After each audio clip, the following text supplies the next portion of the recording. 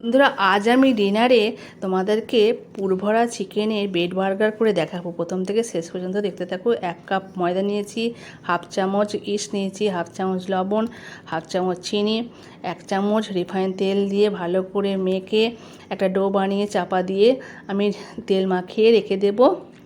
অন্যদিকে কড়া বসিয়ে তেল দিয়ে পেঁয়াজ কুচি, লঙ্কা কুচি, টমেটো কুচি দিয়ে ভালো করে ভাজা ভাজা করব এবং তারপর লবণ গুঁড়ো, হলুদ গুঁড়ো, তারপর দেবো জিরে গুঁড়ো, পরিমাণ মতন ধনে গুঁড়ো দেবো।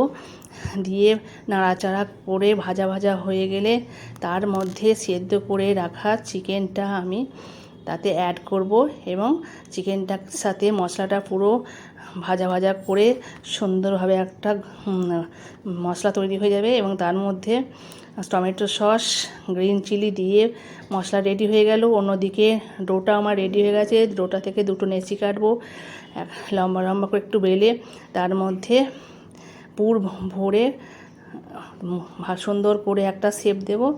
আর একটা আমি পুর করব, যেহেতু দুটো করেছি আমি আজকে। আর একটা হয়ে গেছে, আর একটা আমার রেডি করছি। দুটো হয়ে গেছে, একটু রেখে দিয়ে আমি আস্তে আস্তে আলতো আলতো করে বেলে নেব।